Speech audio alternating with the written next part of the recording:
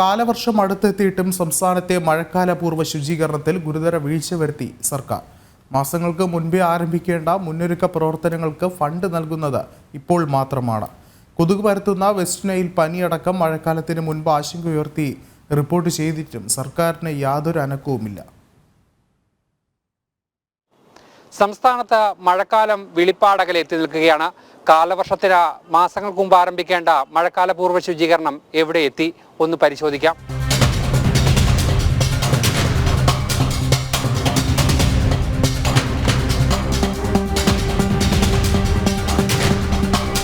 കണ്ടാൽ അറയ്ക്കും വിധം മാരകമായ രീതിയിൽ മാലിന്യങ്ങൾ തളം കെട്ടി നിൽക്കുന്ന ജലാശയങ്ങൾ, മൂക്കുപൊത്താതെ നടക്കാൻ കഴിയാത്ത ഇടങ്ങൾ, കൊതുകുകൾക്ക് യഥേഷ്ടം പെറ്റുപെരുകുവാനും വിഹരിക്കാനുമുള്ള അനേകം സ്ഥലങ്ങൾ, രോഗം വിളിച്ചു വരുത്തുന്ന സാഹചര്യം.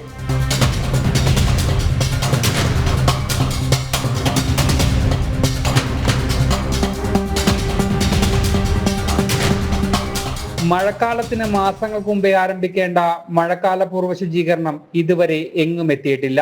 സാമ്പത്തിക പ്രതിസന്ധിയാണ് പ്രധാന കാരണം. ഈ വൈകിയ വേളയിൽ മാത്രമാണ് മഴക്കാലപൂർവ്വ ശുചീകരണത്തിനുള്ള പണം അനുവദിച്ചിരിക്കുന്നത്. പകർച്ചവ്യാധികൾ ഇതെവിടെ എത്തും നോക്കിയാൽ മതി. സത്യം പറഞ്ഞത്, ഏറ്റവും വലിയ ദുരന്തത്തെ നേരിടാൻ പോവുകയാണ് കോഴിക്കോട്. ഏറ്റവും വലിയ ദുരന്തത്തെ നേരിടാൻ പോവുകയാണ് ഈ മഴ പെയ്യുമ്പോൾ. അതാണ് ഞാൻ പറയുന്നത്. ഇതിലൊന്നും ആർക്കും ഇത് അറിയാഞ്ഞിട്ടല്ല. നമ്മൾ കണ്ണടച്ച് ഇരുട്ടാക്കുന്നവനെ നമുക്കൊന്നും ചെയ്യാൻ പറ്റില്ല. അറിയാനായിട്ടല്ല. ഇതൊക്കെ മറ്റുള്ള കാര്യങ്ങളൊക്കെ ഇവിടെ ദൂർത്തടി നടക്കുന്നുണ്ട്. അപ്പോൾ അതാണ് ഇതിന് വേണ്ട എന്ന് വിചാരിച്ചിട്ടാണ്. പൈസ ഇല്ല, പക്ഷെ ഉള്ള പൈസ അവർ ദൂർത്തടിക്കുകയാണ് ഓരോ കാര്യത്തിന് വേണ്ടി. ഇങ്ങനത്തെ കാര്യത്തിന് ചിലവാക്കാനില്ല. ഈ ചുരുങ്ങിയ ദിവസങ്ങൾ കൊണ്ട് എത്രമാത്രം ശുചീകരണ പ്രവർത്തനങ്ങൾ നടത്താൻ കഴിയും? ശുചീകരണം വഴിപാട് പോലെ ആകാനാണ് സാധ്യതയേറെയും. കോഴിക്കോട് മാത്രമല്ല, സംസ്ഥാനത്തിന്റെ മിക്കയിടങ്ങളിലും ഇതാണ് അവസ്ഥ. മഴക്കാലം എത്തും മുമ്പേ തന്നെ വെസ്റ്റ് നൈൽ അടക്കമുള്ള പനികൾ സംസ്ഥാനത്ത് റിപ്പോർട്ട് ചെയ്തു. പക്ഷേ കാര്യമായ ഒരു പ്രവർത്തനവും ഇതുവരെ ആരംഭിച്ചിട്ടില്ല. പൊതുജനാരോഗ്യത്തിന് പുല്ലുവില കൽപ്പിക്കുകയാണ് സംസ്ഥാന സർക്കാർ. ക്യാമറമാൻ അനൂപ് നായർക്കൊപ്പം അരുൺ കൊടുങ്ങൂർ, ജനം, കോഴിക്കോട്.